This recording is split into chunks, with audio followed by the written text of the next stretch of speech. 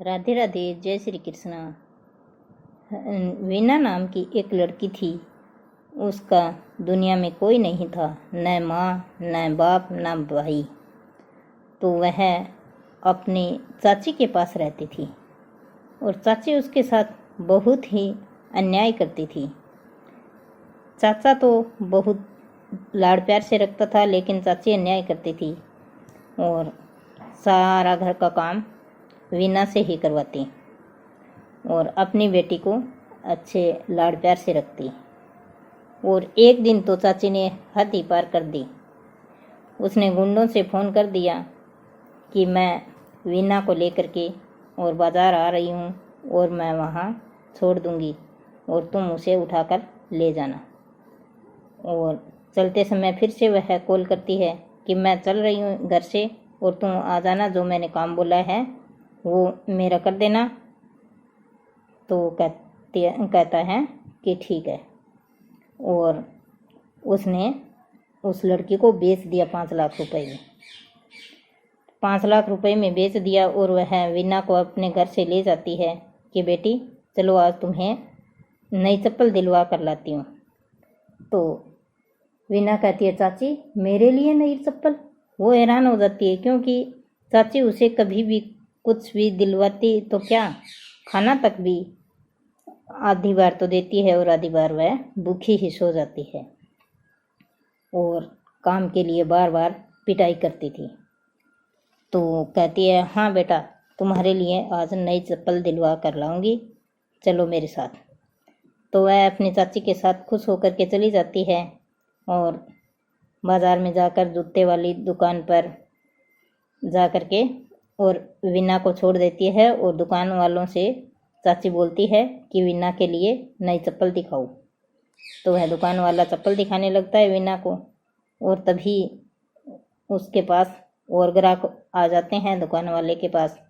तो दुकान वाले की ध्यान तो और ग्राहकों में हो जाती है और चाची उसे अकेला छोड़ करके और वीना को ये बोल देती है कि मैं तब तक तू चप्पल देख रही है, तब तक मैं मेरी बेटी दीपिका को बाज़ार से कोई और वस्तुएं दिला कर ले आती हूँ।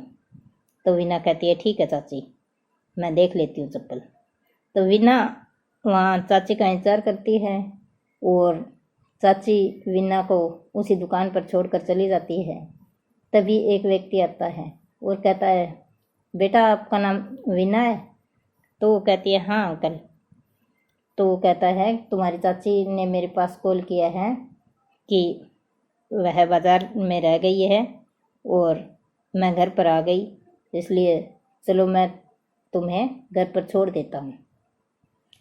तो वह उसके साथ हो लेती है लड़की वीना।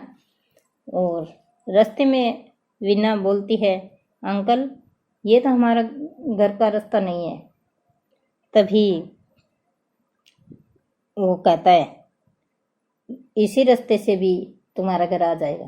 तभी वो कहती है नहीं अंकल इस रास्ते से हमारा घर नहीं आने वाला, मैं जानती हूँ हमारे घर का रास्ता अच्छे से जानती हूँ और मुझे आप कहाँ ले जा रहे हो।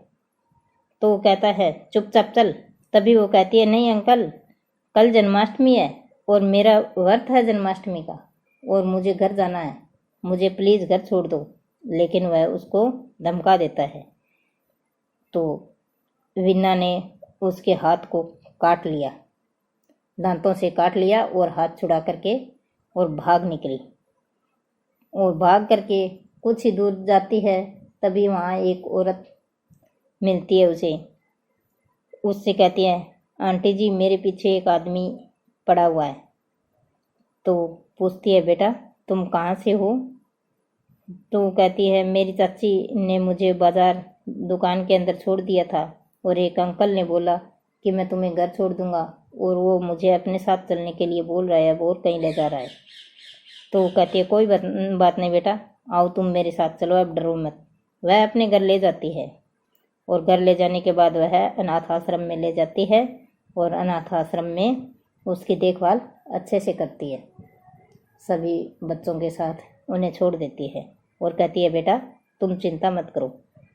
वीना उस आंटी को सारी बात बता देती है कि मेरी माँ बाप भाई कोई नहीं है और मैं चाचा चाची के साथ रहती हूँ। चाची ने इस तरह मुझे बाजार छोड़ा था। तो कहती है आंटी जी आज मेरा जन्माष्टमी का व्रत है, अगले दिन जन्माष्टमी आ जाती है। तो आंटी जी कहती है बेटा तुम जन्माष्टमी का व्रत कर सकती हो अच्छे से। और वीना ने न कुछ खाया न पिया, हाथ जोड़कर यही विनती की कान्हा से कि हे कान्हा मुझे मेरे घर किसी तरह से पहुंचा दो।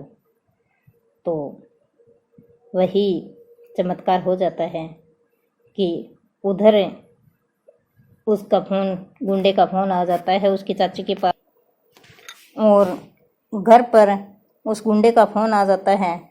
और वो फ़ोन जब करता है तो एक तरफ तो वीना का चाचा उठा लेता है और एक तरफ चाची उठा लेती है। तो वो कहता है कि मेरे 5 लाख रुपए वापस दे दो। वो लड़की हाथ छुड़वा कर भाग गई है और वो मुझे नहीं मिली कहीं भी। तो वो कहती है अरे मैं क्या करूं, तुम अगर छोटी सी लड़की को नहीं संभाल सका तो मैं नहीं दे सकती 5 लाख रुपए। तभी वो कहता है अरे मैं गुंडा हूँ, कालिया गुंडा, मुझसे पंगा लेना तुझे पता नहीं कितना महंगा पड़ सकता है। तभी वो कहती है अरे धीरे बोलो, मेरे पति आ चुके हैं, उनको अगर पता चल जाएगा तो वो कहता है तो फिर दे दो ना 5 लाख रुपए। तो वो कहती है चलो ठीक है मैं दे दूँगी, लेकिन थोड़ा समय लगेगा, एक बार फ़ोन रख दो आप, मैं कल बात करूँगी आपसे। तो चाचा इतने सुन करके फ़ोन रखने के बाद कहता है अच्छा तो तूने वीना को बेच दिया है 5 लाख रुपए में। तो वो कहती है नहीं। तो उसका पति कहता है नहीं क्यों, मैंने तुम्हारी सारी बात सुन ली है। तो कुछ भी नहीं बोलती वीना की चाची, और वो कहता है कि गुंडा कहाँ है मुझे बताओ। और गुंडे के पास जा कर के उसका गला पकड़ कर कहता है बताओ मेरी भतीजी कहाँ है। तभी वो कहता है साहब मुझे पता नहीं। तभी वह पुलिस को फ़ोन करता है वीना का चाचा। तो पुलिस बताते हैं कि अनाथ आश्रम से पता चला है कि वहाँ एक नई बच्ची आई है। तभी वीना का चाचा वहाँ जाता है। उसी दिन जन्माष्टमी होती है और वीना का चाचा वहाँ पहुँच लेता है। और वीना पूजा ही कर रही होती है श्री कृष्ण भगवान की। वो कहती है कान्हा जी बोलो ना, मेरे चाचा मुझे लेने के लिए आएंगे। कान्हा जी आप बोल क्यों नहीं रहे, मेरे चाचा जी मुझे लेने के लिए आएंगे ना। तभी पीछे से चाचा आकर के बोलते हैं हाँ बेटा तुम्हारे चाचा आ गए। और हो सकता है कि ये भगवान का ही चमत्कार हो कि तुम्हारा पता मुझे लग गया, वरना तो मैं नहीं आ सकता था। ये भगवान ने ही मुझे यहाँ भेजा है। और बेटा आज के बाद मैं भी भगवान के व्रत किया करूँगा, जन्माष्टमी के व्रत किया करूँगा, और तुम भी अच्छे से करोगी। और चलो अब हमारे साथ चलो। तो और वह अपनी पत्नी के लिए पुलिस वालों से बोलता है कि इसको पकड़कर जेल में डाल दो। तभी वह हाथ जोड़ती है कि मुझे माफ़ कर दो, मैं आज के बाद कभी भी ऐसी गलती नहीं करूँगी। वीना को मैं आज के बाद मेरी बेटी मान कर चलूँगी। तभी वीना कहती है चाचा जी प्लीज़ मेरी चाची को माफ़ कर दीजिए। तभी चाचा कहता है देख लो ये बेटी कितनी प्यारी है, मेरी भतीजी कितनी प्यारी है, तूने इतना अन्याय किया है फिर भी ये तुम्हें माफ़ करने के लिए बोलती है। मैं तुम्हारे लिए तो नहीं, इस बिटिया के लिए तुम्हें माफ़ करता हूँ। आज के बाद अगर कोई शिकायत मिली तो तुम्हें कोई माफ़ी नहीं मिलेगी। तो कहती है ठीक है।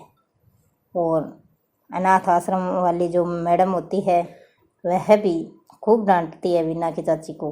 तो वह हाथ जोड़ करके माफ़ी मांगती है। वो कहती है आप एक माँ होने के लायक भी नहीं हो, और एक लड़की को और एक औरत ने इस तरह बेच दिया। तो वो कहती है जी मुझे माफ़ करिए, मेरी गलती हो गई, आज के बाद ऐसी गलती नहीं होगी। और ऐसे करके वो सभी अपने घर आ जाते हैं और खुशी खुशी रहते हैं। और वो कान्हा जी का व्रत अपने घर पर आ करके पूरा करते हैं और कान्हा जी की लीला सुनती है। और उसके बाद उसकी चाची भी कान्हा जी के व्रत करने लगती है। और अगर आपको मेरी वीडियो पसंद आई है तो लाइक शेयर सब्सक्राइब ज़रूर करें, बेल आइकन दबाएं। और धन्यवाद मेरी पूरी